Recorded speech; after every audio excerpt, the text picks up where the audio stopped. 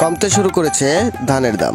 যে ধানগুলো গত এক সপ্তাহ আগে কিনতে হতো 14 থেকে 1500 টাকা দরে, সেই ধান এখন 1200 টাকা নেমে আসছে। যেমন জিরা, কাটারি, মিনিকেট, বাসমতি এই সমস্ত চিকন ধানের দাম বেশি ছিল। তবে বছর শুরু হওয়ার আগেই ধানের দাম কম ছিল। এই বছরে পুরাতন ধানের শেষ সিজনে ধানের দাম একদম কম ছিল। বছর শুরু হওয়ার শুরু থেকে ধানের দাম কম ছিল, মাঝখানে এসে প্রচুর পরিমাণে ধানের দাম বাড়তি হয়ে যায়। আবারও কমতে শুরু হয়েছে ধানের দাম। প্রিয় দর্শক, আপনারা প্রতিদিন আমাদের চ্যানেলটিতে ধান থেকে শুরু করে বিভিন্ন ফসলের দাম দর সম্পর্কে আপডেট দেখে থাকেন।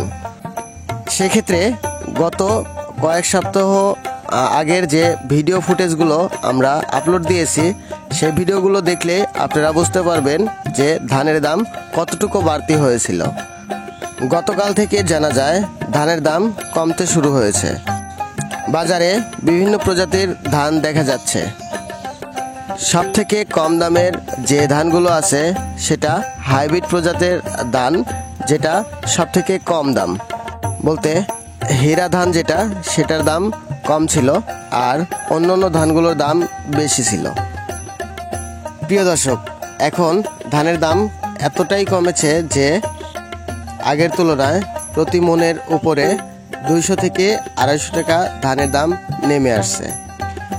আজকের বাজারে হীরা যেগুলো মোটা ধান, সে ধানের দাম 900 থেকে শুরু করে 950, সর্বোচ্চ 1000।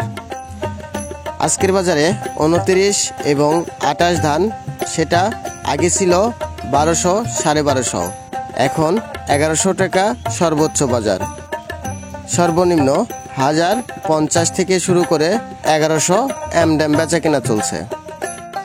জিরা, কাটারি, মিনিকেট, বাসমতি এগুলা ধানের দাম বেশি ছিল, 1500 টাকা সর্বোচ্চ বাজার ছিল, কিন্তু এখন সর্বোচ্চ বাজার 1200 টাকা নেমে আসছে।